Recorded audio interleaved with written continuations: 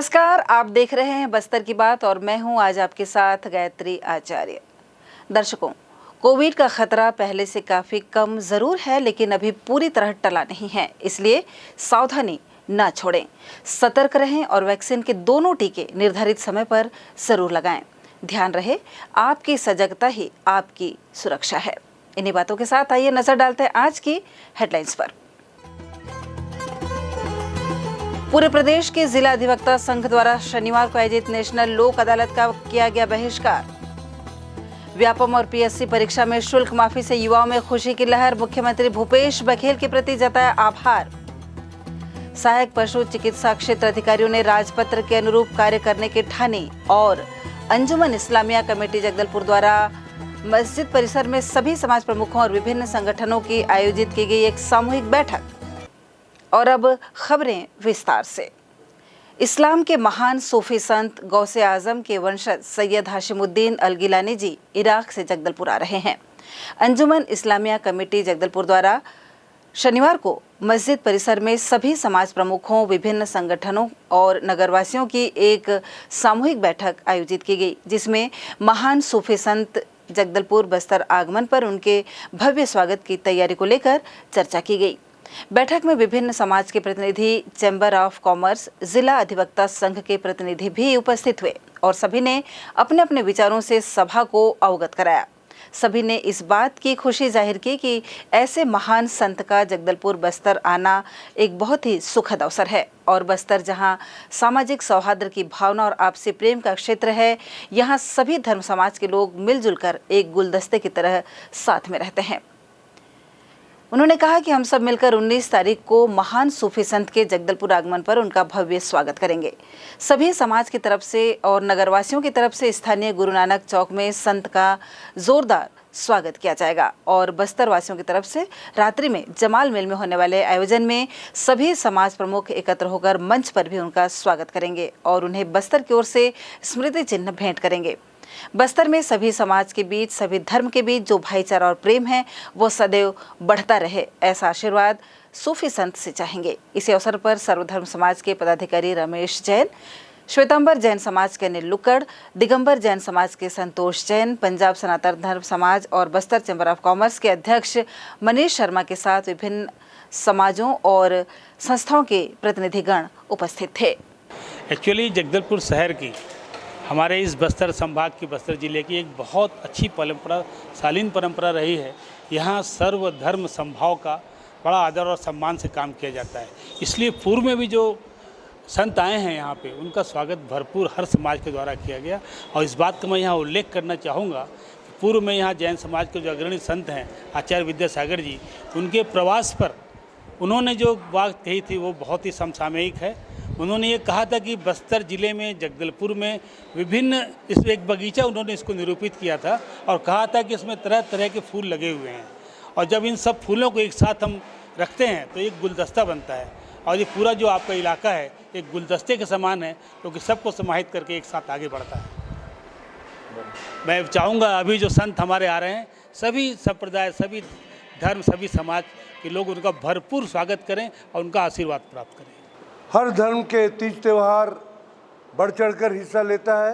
उसी अनुरूप हमारे बीच में मुस्लिम समाज के प्रमुख, जो कि भारत से नहीं वरन इराक से यहाँ पधार रहे हैं, उनके स्वागत सत्कार के लिए और उनके बस्तर में जो पदार्पण कर रहे हैं उसमें सर्वधर्म समाज के लोग और सभी समाज के लोग सहयोग करने के लिए, मदद करने के लिए बस्तर अतिथि देवो भव की भावना लेते हुए उनका स्वागत करेंगे। और हम बताएंगे कि बस्तर में एक भाईचारे की भावना है जो पूरे देश में मिसाल की बात है।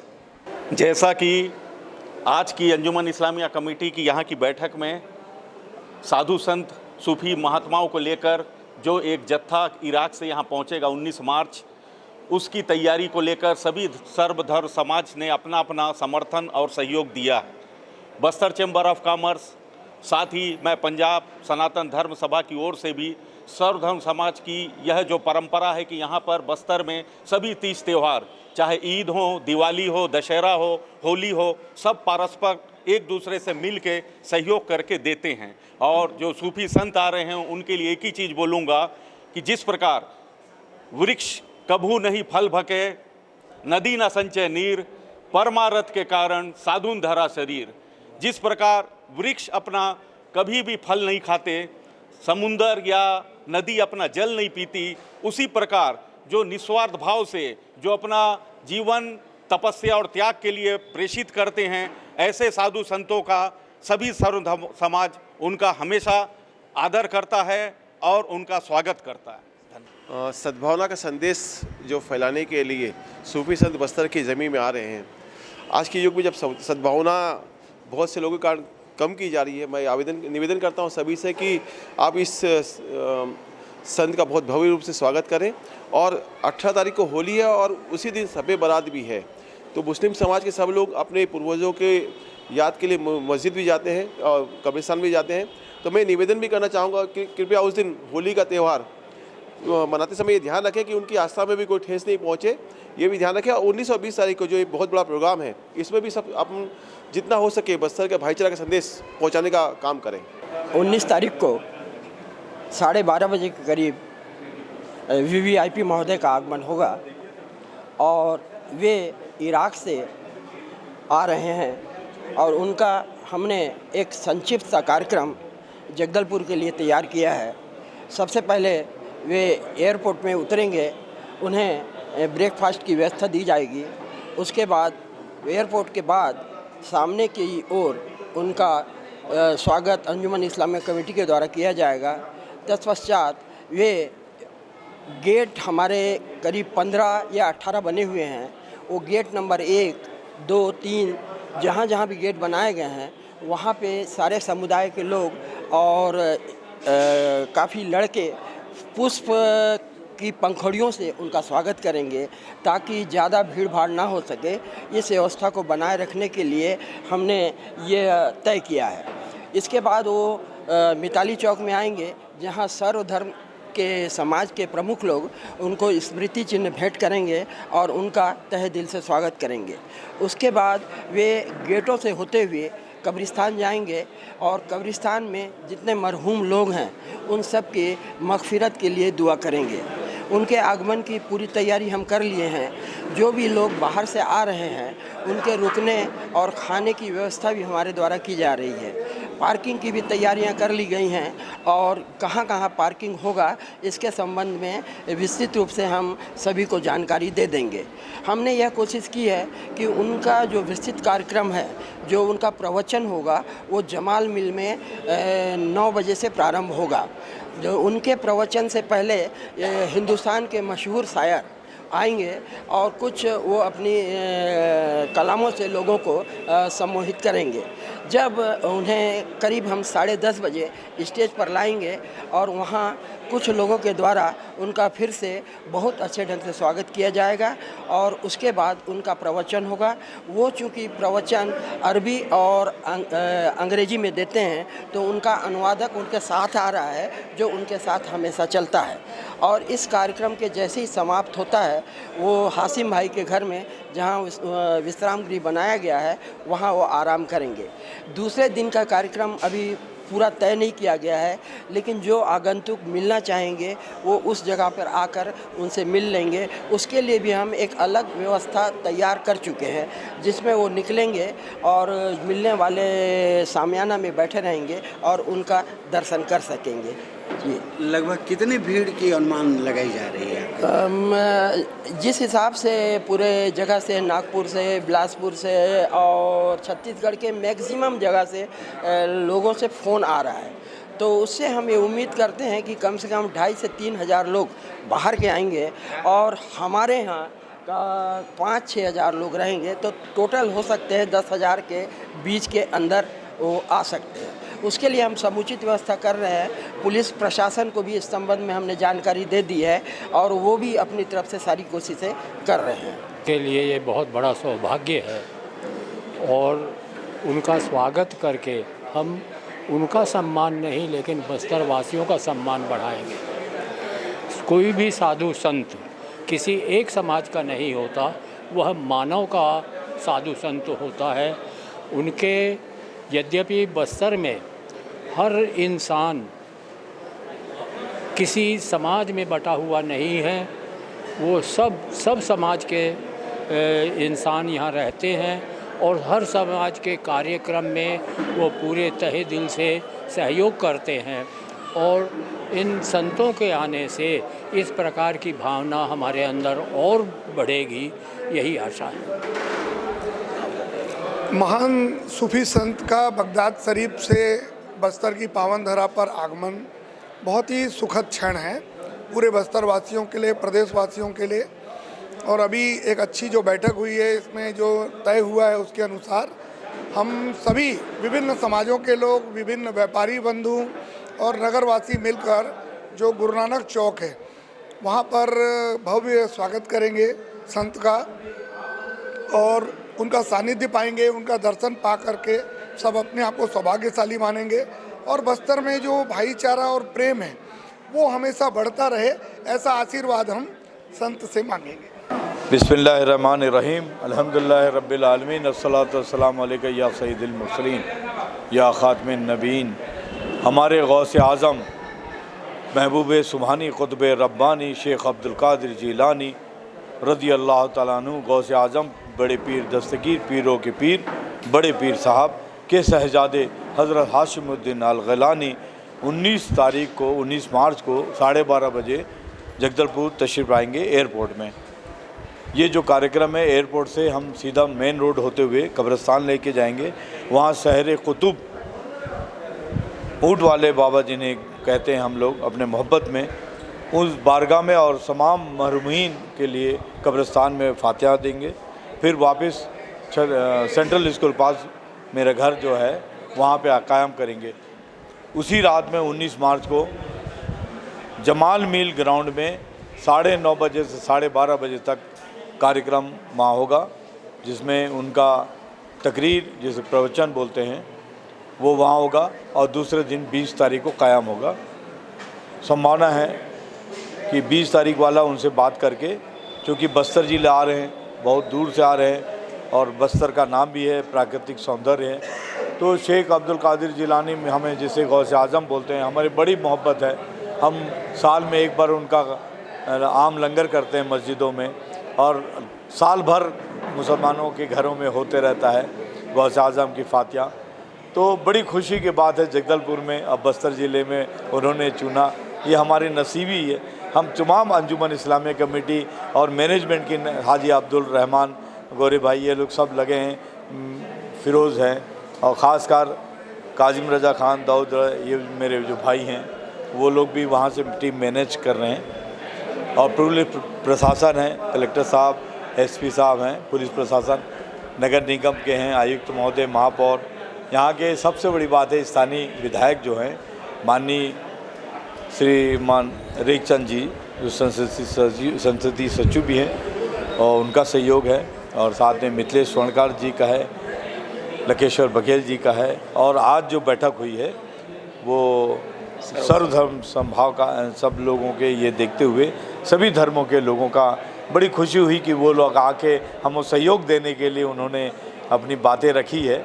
अब बीच में होली भी पड़ रहा है, मैं निवेदन करता हूँ, अपील करता हूँ पूरी मुस्लिम समाज के, खासकर युवा लोगों को, सब भाईचारा इससे निपटाएं, क्योंकि उस दिन शब बारात भी है, कब्रिस्तान में फातिहा भी होगी।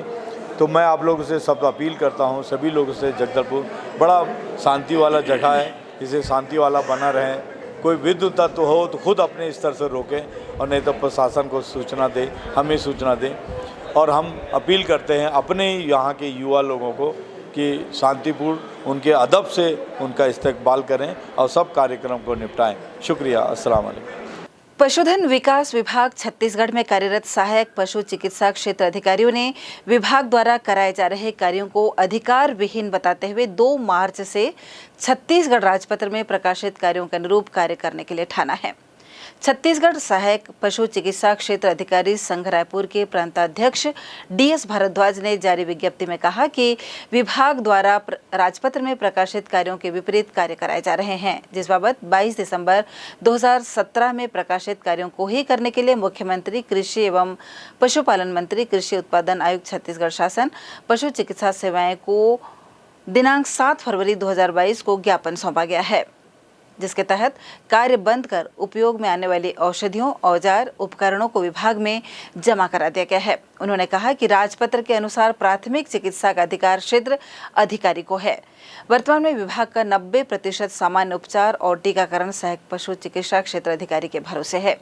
प्रत्येक सहायक पशु चिकित्सा क्षेत्र अधिकारी को प्रतिवर्ष विभाग द्वारा 700 कृत्रिम गर्भाधान का लक्ष्य दिया जाता है, जबकि छत्तीसगढ़ राजपत्र में इस कार्य को करने का अधिकार संवर्ग को प्रदाय नहीं किया गया है, जिसके कारण कार्यों को करने में कठिनाई, भ्रांति और कई बार कानूनी परेशानियों का सामना करना पड़ता है। उन्होंने चेतावनी देते हुए कहा कि राजपत्र में 2 संवर्गों के बीच कार्यदायित्व स्पष्ट होना चाहिए। इसके बाद भी यदि ऐसा नहीं होता है तो विभाग का कार्य प्रभावित होने की जिम्मेदारी स्वयं विभाग की होगी। इस संबंध में सहायक पशु चिकित्सा क्षेत्र अधिकारी संघ के प्रदेश महामंत्री हरीश साहू ने कहा, मैं हरीश साहू, प्रदेश महामंत्री, सहायक पशु चिकित्सा क्षेत्र अधिकारी संघ छत्तीसगढ़।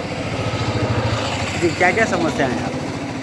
राजपत्र 2017 जो प्रकाशित हुआ था, उसमें सहायक पशु चिकित्सा अधिकारी को सामान्य उपचार, कृत्रिम गर्भाधान और बधियाकरण का उल्लेख नहीं हुआ है। हम शासन से मांग कर रहे हैं, विभाग से मांग कर रहे हैं कि इसका उल्लेख किया जाए, तत्पश्चात ही हम इन कार्यों को प्रारंभ करेंगे। मुख्यमंत्री भूपेश बघेल द्वारा छत्तीसगढ़ व्यावसायिक परीक्षा मंडल और छत्तीसगढ़ राज्य लोक सेवा आयोग द्वारा आयोजित भर्ती परीक्षाओं में स्थानीय युवाओं से परीक्षा शुल्क में छूट देने की घोषणा से युवाओं में खुशी की लहर देखी जा रही है। युवाओं के हित में उठाए गए इस निर्णय के लिए मुख्यमंत्री के प्रति युवाओं ने आभार व्यक्त किया है। जगदलपुर स्थित लाला जगदलपुरी केंद्रीय ग्रंथालय में प्रतियोगी परीक्षाओं की तैयारी करने वाले बसंत उइके ने कहा कि शासन के इस निर्णय से निर्धन तबके के प्रतिभावान युवा भी प्रतियोगी परीक्षाओं में शामिल होने का साहस कर पाएंगे। आमतौर पर इन परीक्षाओं के शुल्क के रूप में सालाना 2 से 4 हज़ार रुपये खर्च हो जाते हैं, जिससे बेरोजगार युवाओं पर आर्थिक बोझ पड़ता है। अब शासन द्वारा लिए गए निर्णय के कारण आर्थिक बोझ का वहन नहीं करना पड़ेगा और तनाव रहित होकर परीक्षा की तैयारी युवा कर सकेंगे। जगदलपुर के ही तरुण पंत ने कहा कि मुख्यमंत्री भूपेश बघेल का निर्णय स्वागत योग्य है और वे इसके लिए आभार व्यक्त करते हैं। उन्होंने कहा कि हर बेरोजगार व्यक्ति इस परीक्षा शुल्क को आसानी से वहन नहीं कर सकता। उन्होंने कहा कि ये शासन द्वारा बेरोजगारों के हित में उठाया गया निर्णय है। इससे गरीब युवा भी इन प्रतियोगी परीक्षाओं की तैयारी के लिए आगे आ सकते हैं। मेरा नाम तरुण पंत है। मैं अभी CGPSC और व्यापम की तैयारी करता हूँ और मैं यहीं का जगदलपुर का रहने वाला हूँ।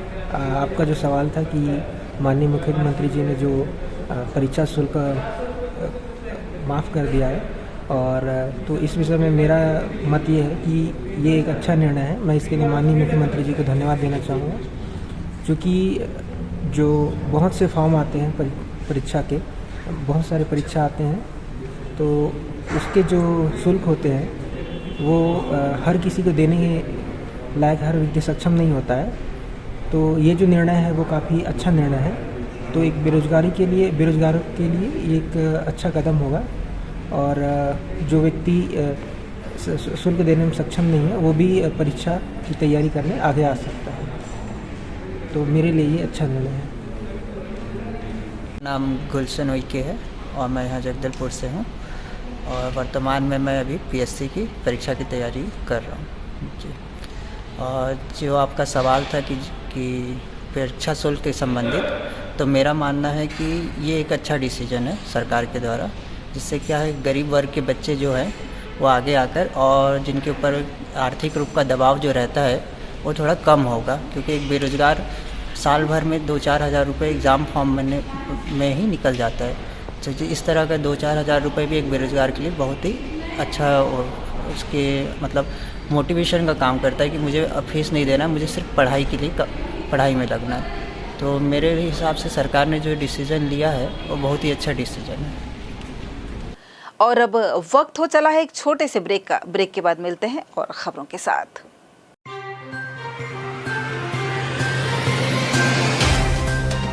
सफर जगतुगुड़ा से जगदलपुर का, नित नई करवट लेता शहर हमारा, चौक चौराहों से होता हुआ विकास की गाथाएं गढ़ता बस्तर हमारा। कई रंगों से सराबोर, कितनी ही कहानियों को समेटे, कहीं विकास के सोपान तो कहीं सरकारी दावे और उनका सच।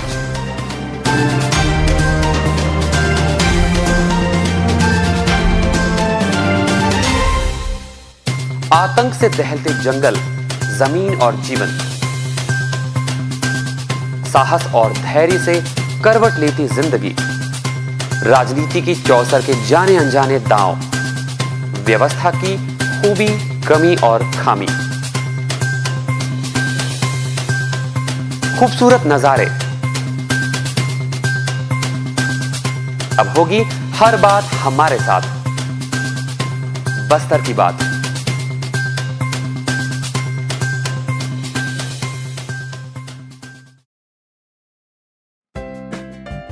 देश की जानी मानी इंटरनेट प्रोवाइडर कंपनी रेलटेल अब अपने शहर जगदलपुर में उपलब्ध। केबल टीवी और ब्रॉडबैंड पाइए एक साथ, बेहतर सर्विस, शानदार गुणवत्ता, हमेशा एक जैसी स्पीड यानी 100 Mbps।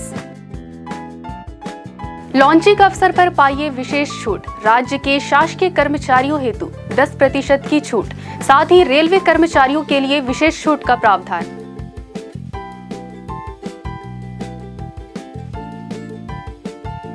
इंटरनेट कनेक्शन हेतु तत्काल अपने केबल ऑपरेटर से संपर्क करें या कॉल करें 9425262386 पर या 9617185020 पर।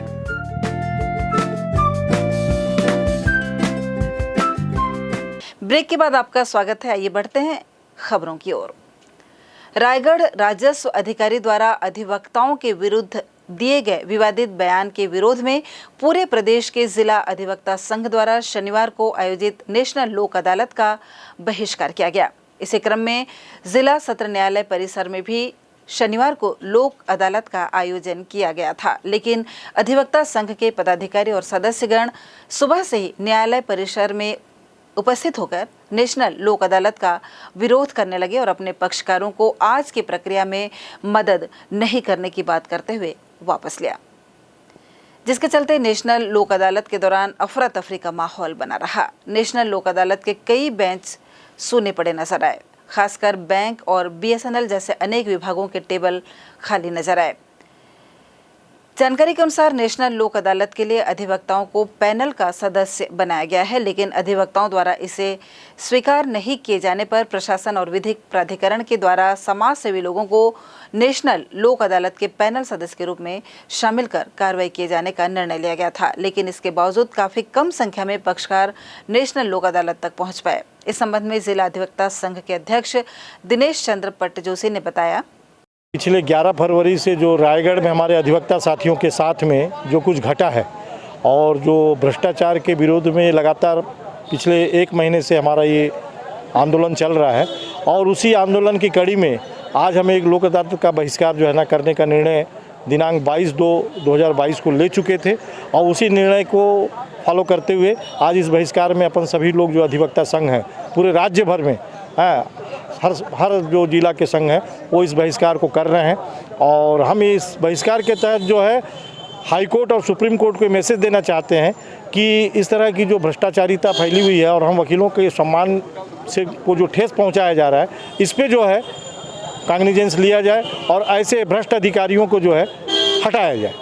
इसी संबंध में ये लोक अदालत का बहिष्कार हम करके एक मैसेज देना चाहते हैं। ये बिल्कुल प्रभावित होगा क्योंकि सुप्रीम कोर्ट और हाई कोर्ट को ये पता लगेगा कि भाई वास्तव में वकीलों के साथ जो हो रहा है अन्याय हो रहा है और इस अन्याय के लिए इन्होंने जो अपनी लड़ाई लड़ी है इसमें जो है इनको साथ दिया जाना चाहिए। तो हमारा उम्मीद है कि हमको हाई कोर्ट और सुप्रीम कोर्ट से जो है ना परस्पर जो है ना वार्तालाप होगी और हमको सहयोग मिलेगा। नेशनल लोक अदालत में विभिन्न मामलों को लेकर पहुंचे पक्षकारों में भी निराशा नजर आई। वकीलों के द्वारा बहिष्कार के चलते उनके मामलों का निपटारा नहीं हो पाया। इस संबंध में एक पक्षकार ने अपने विचार व्यक्त करते हुए कहा, मेरा छोकरा का राजीनामा है। कहाँ से आए? उमरगांव से। क्या मामला था? क्या पेशी था? ओ गाली झगड़ा का है। फिर आज नहीं बोल रहे हैं, आज नहीं होगा बोल रहे हैं, तो क्या करें, घर जाना है। परेशानी हुआ? परेशानी तो होगा ही होगा, उतना दूर से 15 किलोमीटर से आना जाना, फिर गाड़ी किराया देना, क्या देना और आना, वही तो। जैसा कि हम सभी जानते हैं कि वर्तमान में यूक्रेन और रूस के बीच युद्ध चल रहा है। विभिन्न प्रदेशों के विद्यार्थियों के साथ साथ हमारे शहर के काफ़ी विद्यार्थी भी यूक्रेन के विभिन्न शहरों में रहकर MBBS की पढ़ाई कर रहे हैं। लगभग सभी अपने घर वापस आ चुके हैं। इनमें से एक रितिका घोष भी है जो MBBS तृतीय वर्ष की छात्रा थी और यूक्रेन में टर्नोपिल शहर में स्थित नेशनल मेडिकल यूनिवर्सिटी में पढ़ाई कर रही थी। उससे हमारे संवाददाता ने चर्चा की। ऋषिका, आपका ए विजन में स्वागत है। धन्यवाद। जैसे कि आप पढ़ाई करने के लिए यूक्रेन गई हुई थी, यूक्रेन के किस शहर में आप पढ़ रही थी? मैं यूक्रेन के टर्नोपिल सिटी में पढ़ती थी, टर्नोपिल नेशनल मेडिकल यूनिवर्सिटी में। मैं 3rd ईयर की स्टूडेंट हूँ। क्या क्या दिक्कतें आई? इस बार जब वॉर शुरू हुआ तो हमारा जो सिटी है वो वेस्टर्न साइड में है, तो वहाँ ऐसी कुछ खास दिक्कतें नहीं आई हैं। पर एक दिन हमारे सिटी में रेड अलर्ट था, तो उस दिन हम लोग रात में बंकर में थे। पर उस दिन ऐसा स्पेसिफिक वहाँ कुछ हुआ नहीं, पर आसपास की सिटीज़ में ब्लास्ट हुए थे उस दिन। तो फिर जिस दिन हम बंकर में थे उसके एक दिन छोड़ के दूसरे दिन हम निकल गए बस से बॉर्डर के लिए। फिर हमने रोमानिया बॉर्डर क्रॉस किया। वहाँ बॉर्डर में थोड़ी दिक्कतें आई थी क्योंकि वहाँ बच्चों की काफ़ी ज़्यादा भीड़ थी, तो रश हो गया था, धक्का मुक्की हो रही थी। पर एज सच हमने जैसे ही बॉर्डर क्रॉस किया, ऑलमोस्ट 6 घंटे लगे हमें बॉर्डर क्रॉस करने में क्योंकि बहुत भीड़ था। और वहाँ पे थोड़ा वॉक भी था, 10 किलोमीटर हम चल के गए थे बस के बाद भी। तो फिर जैसे हमने बॉर्डर क्रॉस किया, फिर वहाँ से एम्बेसी की बस थी जो हमें शेल्टर हाउस में ले गई थी। शेल्टर होम में थे हम 2 दिन, और वहाँ पे सच में रोमानिया के लोग बहुत अच्छे हैं। उन्होंने अपने कॉस्ट पे हमें रखा 2 दिन। हम जो भी मांगते थे वो ला के देते थे, खाना, कपड़े, इवन जूते तक हमें दिए। और तो दो दिन हम वहाँ पे थे। फिर रात में हम एयरपोर्ट आ गए और फिर दूसरे दिन सुबह 11:30 बजे की फ़्लाइट से हम इंडिया आए, एयर इंडिया। जब आप एक दिन बंकर में गुजारी, हाँ, तो बंकर के जो दिनचर्या था वो किस तरह का था? बंकर में सिर्फ हम लोग रात में थे, ओवरनाइट थे, सुबह वापस आ गए थे।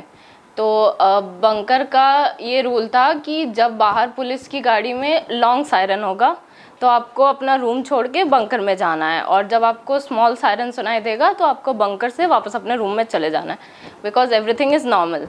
तो फिर जब हमने लॉन्ग सायरन सुना तो हमारी जो कॉमंदान है, मतलब जो हमारी हॉस्टल की इंचार्ज है, उन्होंने कहा कि you have to come down. तो फिर हम नीचे चले गए अपना सामान लेके, जो हमने इमरजेंसी बैकपैक अपना बना रखा था जिसमें हमारे डॉक्यूमेंट्स थे, थोड़े से कपड़े थे 1-2 और थोड़े से खाने का सामान था।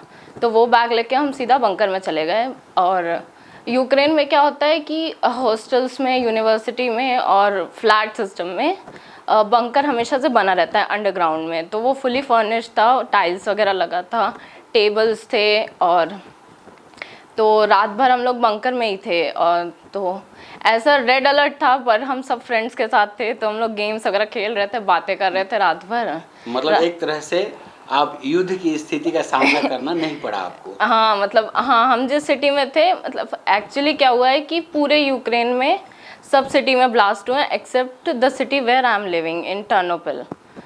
तो वहाँ को छोड़ के सब तरफ ही ब्लास्ट हुआ। तो दूसरे दिन हमारे पास न्यूज़ आती है कि मतलब बाजू की सिटी में भी ब्लास्ट हुआ है, एयरपोर्ट में ब्लास्ट हुआ है।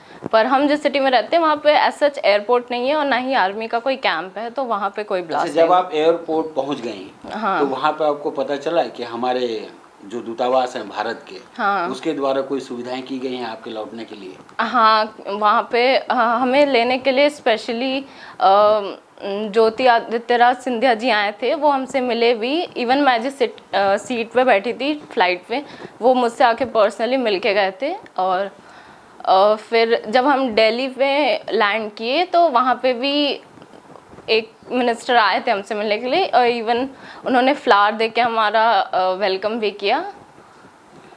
फिर वहाँ से जगदलपुर पहुँचने में कोई दिक्कत हुई आपको? जगदलपुर पहुँचने में तो कोई दिक्कत नहीं हुई। दिल्ली पहुँचने के बाद छत्तीसगढ़ भवन में थी मैं ओवरनाइट, तो उसका खर्चा भी गवर्नमेंट नहीं दिया। और फिर वहाँ से उन लोगों ने ही फ़्लाइट करके दी थी रायपुर तक की। तो फिर रायपुर तक मैं फ़्लाइट से आई, फिर वहाँ पे से फिर रायपुर से जगदलपुर की फ़्लाइट मैंने खुद ही कर ली थी। अरे जब आप यूक्रेन में थी तब हमारे दूतावास से कोई सूचना आप तक पहुंची थी? हाँ, वहाँ से एम्बेसी से काफ़ी सारे मैसेजेस हमें आ रहे थे, पर उन्होंने पहले ही कहा था कि आप यूक्रेन छोड़ दो, बट एज सच हमारी यूनिवर्सिटी से कुछ मैसेज नहीं आया था और क्लासेस ऑफलाइन चल रही थी। इवन जिस दिन ब्लास्ट हुआ उसके पहले दिन भी हम हॉस्पिटल क्लास में गए थे, तो हमने ऐसा वहाँ से निकलने का सोचा नहीं, पर अचानक से सिचुएशन सीरियस हो गई थी। तो फिर जिस दिन ब्लास्ट हुआ उस दिन फिर उसके बाद एम्बेसी से आया था कि आपको बॉर्डर क्रॉस करना है, फिर वहाँ से एम्बेसी वाले आपको ले जाएंगे। तो हमें मैसेज आया था कि आपको अपना एक इमरजेंसी बैकपैक रेडी करना है जिसमें आपके सारे डॉक्यूमेंट्स होंगे, पासपोर्ट और यूक्रेन का जो रेसिडेंट कार्ड होता है आपका 6 साल का वो, और कुछ इमरजेंसी कपड़े, खाना और पानी प्रॉपर होना चाहिए क्योंकि आपको ज़रूरत पड़ सकती है अगर आप कहीं रुके और वहाँ खाना नहीं मिला तो वो इमरजेंसी बैकपैक हमने रेडी किया था। तो उसी में हम घर तक भी आए हैं। सिर्फ एक बैकपैक था और एक लैपटॉप बैग था। रास्ते में भोजन के लिए कोई असुविधा हुई? नहीं, ऐसे कुछ असुविधा नहीं हुई है। सिर्फ जैसे हम लोग टर्नोपिल से निकले तो 4 घंटे में हम रोमानिया बॉर्डर पहुंच गए थे। मतलब भीड़ था तो बस ने 10 किलोमीटर पहले हमें छोड़ दिया, तो 10 किलोमीटर्स ऑलमोस्ट हमने वॉक किया है। फिर उसके बाद फिर हमने बॉर्डर क्रॉस किया और फिर वहाँ से फिर हम बस में जाके बैठे। फिर इमिग्रेशन में थोड़ा टाइम लगा, 4-5 घंटे। 3 दिन का वीज़ा मिला था हमें रोमानिया का। तो उसके बाद फिर वहाँ से वो बस डायरेक्ट हमें शेल्टर होम ले गई और वहाँ पे फुल टाइम खाना था और बहुत अच्छी फैसिलिटीज़ भी थी। इसके लिए भारतीय दूतावास को कुछ आप कहना चाहेंगे उसके विषय में, हमारे भारत सरकार के विषय में? हाँ, मैं इंडियन एम्बेसी और इंडियन गवर्नमेंट का थैंक्स बोलना चाहूँगी कि उन्होंने हमें इतना सपोर्ट किया और हमें घर तक पहुँचाया, वो भी सेफली। और स्पेशली मैं रोमानियन पीपल्स का भी थैंक्स बोलना चाहूँगी जिन्होंने हमें इतना सपोर्ट किया। जी, आपका शुभ नाम? मेरा नाम जयश्री घोष है। जब आपको पता चला कि यूक्रेन और रशिया के बीच युद्ध छिड़ गया है और आपकी बिटिया यूक्रेन में पढ़ रही है, तो आप पे क्या बीती?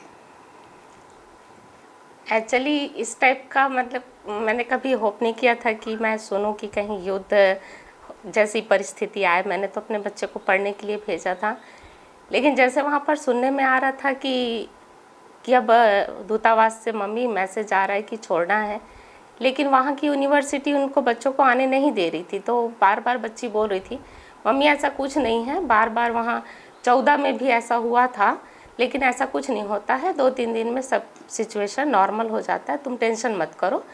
तो हम लोगों ने उस बच्ची के बातों पे धैर्य रखा।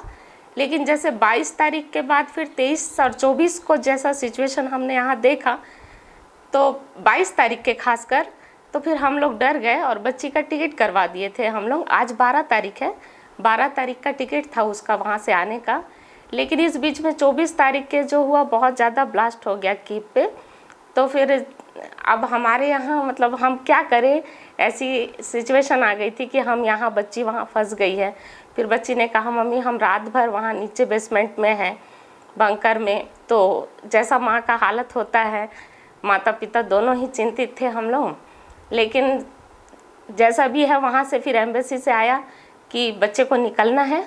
तो 25 तारीख को उनको मैसेज आया और वो 25 तारीख को वहाँ से खुद से वो लोग बस किए हैं, यूनिवर्सिटी वाले कर दिए, और वो लोग खुद से कुछ बच्चे पूरे मिल करके पूरा बस बुक करके वो लोग रोमानिया तक आ गए। फिर इस बीच में मुझसे बात हो रही थी, बीच में उनका नेटवर्क मिल नहीं रहा था। तो जब उसको नेटवर्क आ रहा था, उसको पता है कि मम्मी पापा टेंशन करेंगे, तो जैसा ही नेटवर्क मिल रहा था उनको, तो मम्मी मैं ऐसे सिचुएशन में हूँ, मैं ठीक हूँ, ऐसा वो बता रही थी। तो हम लोग धैर्य रख रहे थे उस बात को। फिर रोमानिया बॉर्डर के पास वो लोग रात भर थे। मम्मी यहाँ -5 डिग्री चल रहा है टेम्परेचर, तो एक बच्चे के जैसा होता है माँ के लिए। तो समझो हम लोग रात भर चिंतित थे। फिर सुबह 9 साढ़े 9 हमारे यहाँ के टाइम, उनका वहाँ 3.5 घंटा पीछे चलता है। तो हमारे यहाँ जो 9 साढ़े 9 बजा था, तब बच्ची ने बताया कि मम्मी हम लोग बॉर्डर क्रॉस कर गए हैं, अब हम लोग इमिग्रेशन के लिए बस में बैठे हैं। तो थोड़ा धैर्य लगा हमको। तो वो जो बात हुई थी उसके बाद फिर दिन भर फिर उससे डिस्कनेक्ट थे हम लोग, कोई बात नहीं हो पाई। फिर जाके रात के 11:30 बजे, यानी वहाँ शाम था, हमारे यहाँ 11:30 बज गया था, तब उसने फ़ोन किया, मम्मी हम लोग अभी शेल्टर में, रिफ्यूजी कैंप जिसे कहते हैं, वहाँ वो लोग पहुँच गए हैं और मम्मी यहाँ हम लोगों को बहुत अच्छे से स्वागत किया गया और भी सारे बच्चे हैं। उसने वीडियो करके दिखाया हमको तो अच्छा लगा। तो फर्स्ट तो वहाँ पहुँचने के बाद भी ना उससे फ़ोन, चूँकि वो रोमिंग पे चले गई थी तो बात नहीं हुआ था। उनके कोई टीचर थे, उन्होंने फ़ोन दिया था तो जिसके ज़रिए हम लोगों से बात हो पाई।